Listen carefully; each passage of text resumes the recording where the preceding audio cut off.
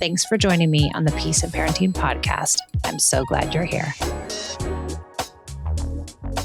Welcome back to the Peace and Parenting podcast. I'm Michelle, and I wanted to read a review from somebody on Apple who says, "Grateful to have found this podcast. I just started listening last week and I have started implementing the advice with my 3 kids. I started seeing changes the first day. I'm focusing on connection. My husband and I are working on changing our old way of doing things so that we can have peace and harmony with our kids. This podcast and the Facebook group and emails and notes have been so helpful. Looking forward to continue learning and implementing what we learn." Amazing.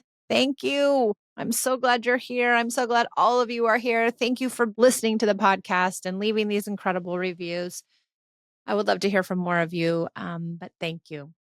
All right, let's talk about system restraint collapse. Some people have heard of it, maybe. Some people haven't. Really, all it is when our kids hold themselves together really tightly, when they are kind of regulating in an environment where maybe we aren't around or where their safe people aren't around, and they have to really regulate and manage relationships like school or in a certain social event, anywhere where they are really kind of holding it together and are unable to fully express themselves like they do with us because we are the safe people, which isn't always easy being the safe person. I have to say, like, it isn't easy being the person that they are able to let down their guard with, and they're able to, take out their feelings basically on us.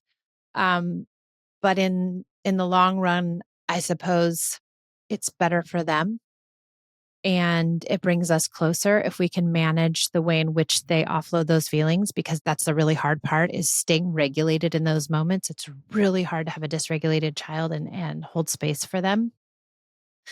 But back to system restraint collapse. So we see a lot of system restraint collapse after school. That's the big one, where kids will come home and they'll just unload on you. You can do nothing right. They don't want any of the snacks that you're giving them because all of them are wrong, and they will snap at you for no reason. And they're having a hard time.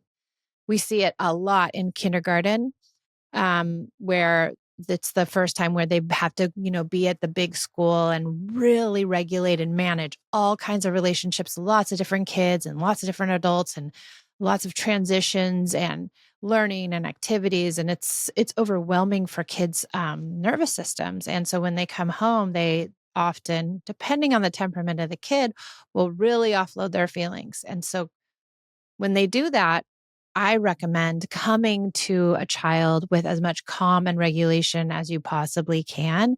Now, if you know you have this child who's coming with system restraint collapse and you've experienced it, I would get really resourced if you can, which isn't always possible.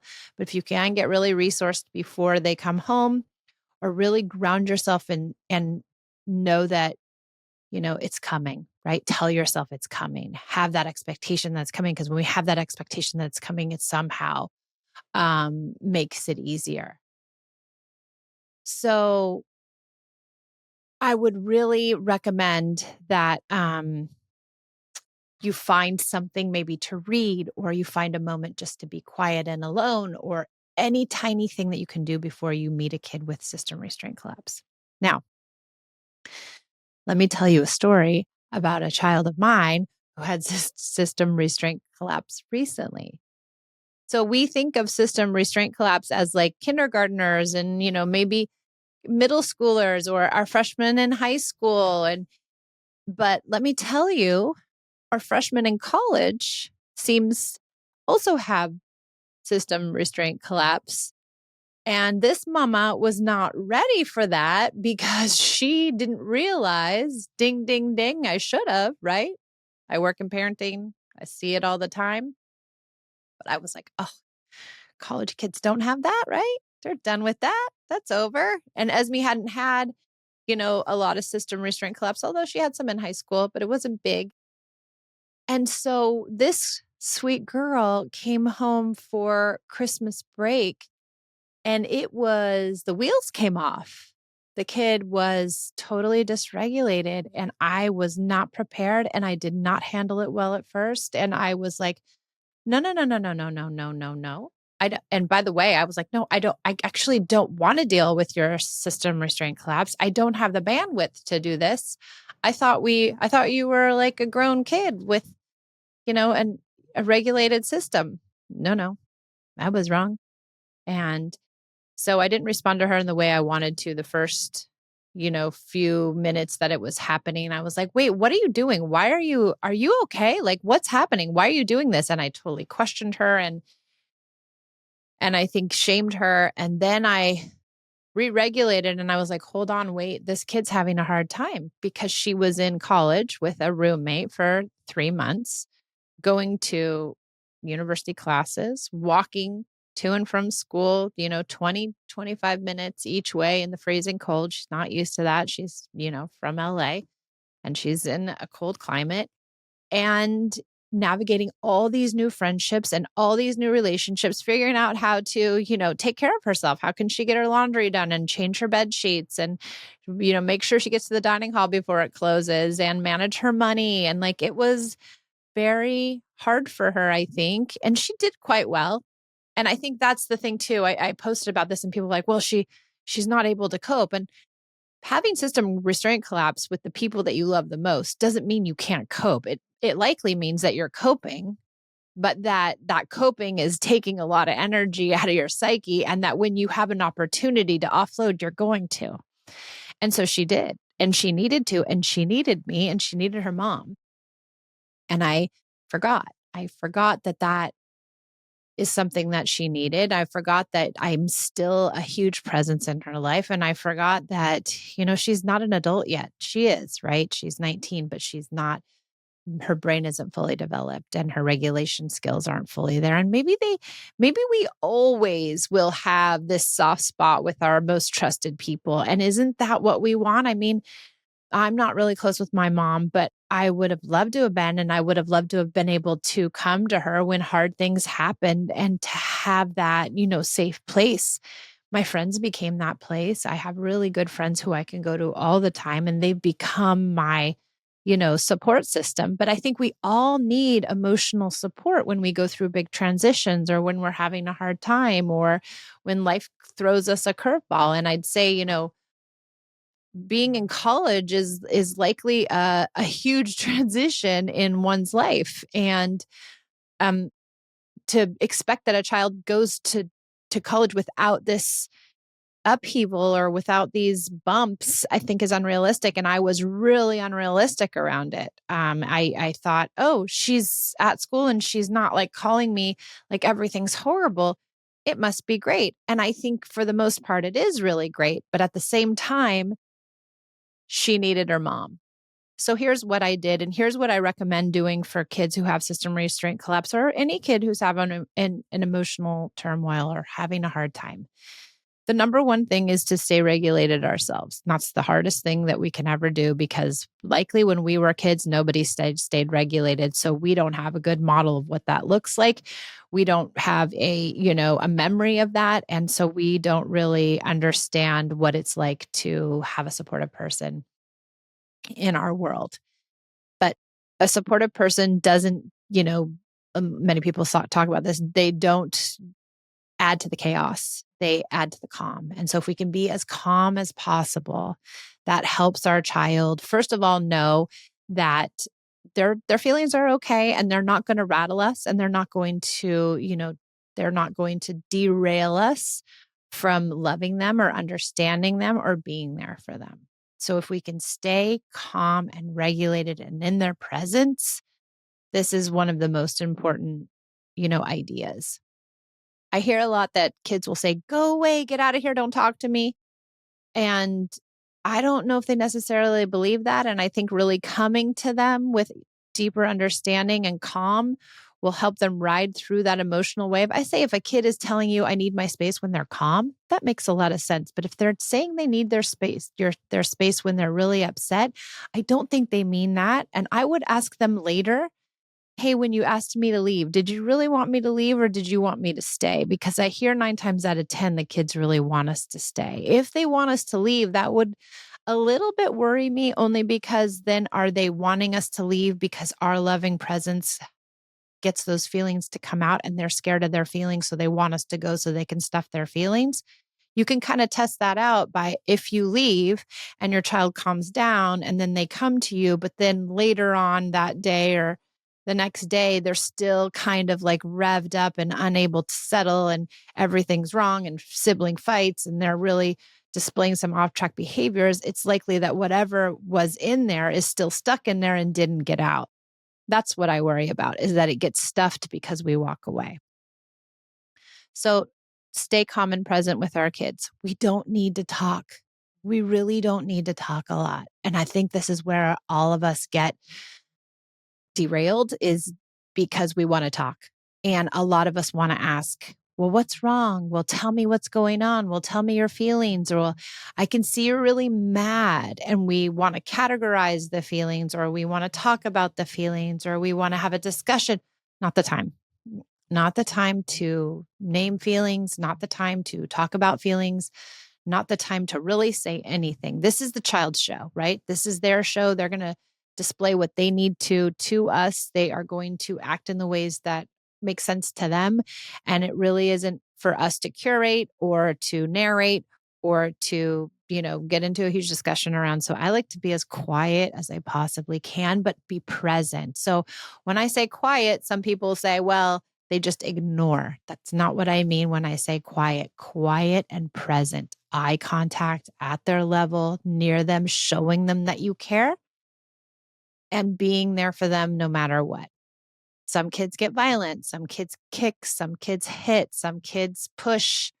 And so keeping yourself safe and keeping them safe is really important. I don't really recommend saying, I can't let you hit. I can't let you kick, only because they've already hit or they've already kicked and it isn't probably going to change anything. And does it create shame in that moment?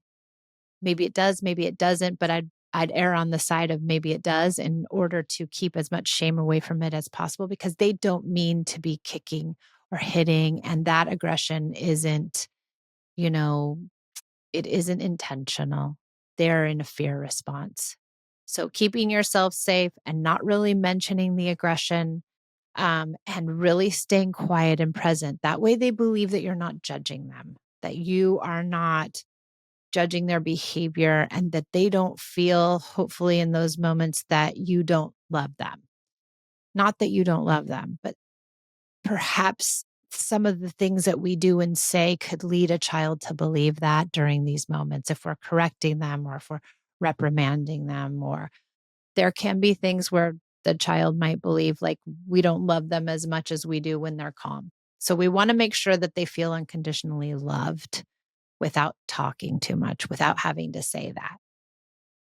I wouldn't use play. Some people interpret my use of play as to use play in these tumultuous moments. Using play in these hard moments, system restraint collapse, or any time a kid is having a hard time, using play is not advisable. It is not the time to use play. Play is used when a kid is whining, or when a kid is, asking over and over and over and over again, those kind of behaviors, not when a kid is in a full blown meltdown, system restraint collapse, or some sort of tantrum. We don't want to use play. It will only make things worse. It might make a kid angry, and there's no need for it. And it doesn't really work anyways. We have to go straight to empathy. But when I say empathy, I don't mean talking. I mean being present. Now, there are a few things you can say, but I'm warning you, don't say too many, because I don't think that it's helpful. I'm right here. I understand. I hear you. Really, honestly, I don't think you even need more than that. And some kids will say, well, you don't understand. You can't hear me. And you don't have to respond to all of that. You can stay quiet and present. And you don't have to get into a back and forth with a child who is dysregulated, because they're going to say all kinds of cuckoo things because they're not thinking well. But we don't have to get into some sort of discussion about what they're saying. None of it really matters. So in this moment where Esme was having these hard feelings, difficult feelings. I didn't remember any of this. And I was so shocked, and I was not saying the right things, and I was not doing the right things. And it only made things worse. But when I could course correct and get present with her and realize that she is having a hard time, things got better. And she was able to calm down, within a reasonable amount of time without also me getting upset. Because if we start to get in a tete-a-tete with the child or start to name their feelings, and it creates more anger and upset for them, and then upset for us, now we're in like kind of a fight as opposed to just leaving the upset with them. One other thing that I think is really important to remember is that these things can take time. It might take 20, 30, 40 minutes or more. It depends on the child. It depends on the situation. But I've sat through tantrums that have lasted well over an hour when the kids were little. Even the system restraint collapse thing with Esme at 19, I think lasted like 30, 40 minutes. And where there's no telling when or where or why or how, but these things happen, but they can get through it. And the calmer we are and the more present we can be, the quicker I think they get through it, and they get through it without shame or upset, because the last thing we want to do is make them feel bad about the feelings that they're having. And so really staying calm and present helps them really believe in the idea of unconditional love, that we love them at their worst moments just as much as we love them at their best moments.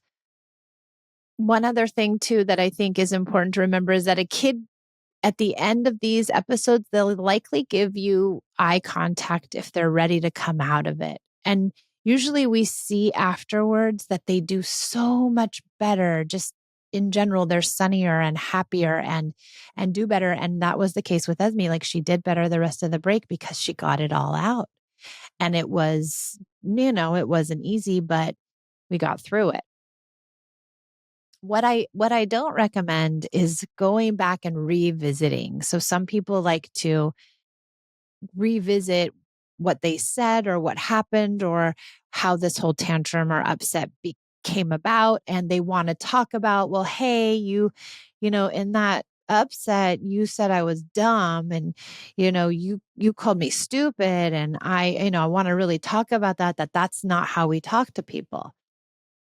Well, I think any child over 2 likely knows that they're not supposed to say stupid or dumb, and they probably don't mean it at all. And so revisiting it only creates more shame. And they already have so much internal shame around this episode that I don't know if they need that extra amount of shame from us as we revisit this issue. So I really wouldn't revisit it. And I think they probably know. And I think the less that we revisit it and the more we hold space and the more they believe that we love them unconditionally, the more they're able to self-reflect and either come back or just self-reflect on their own.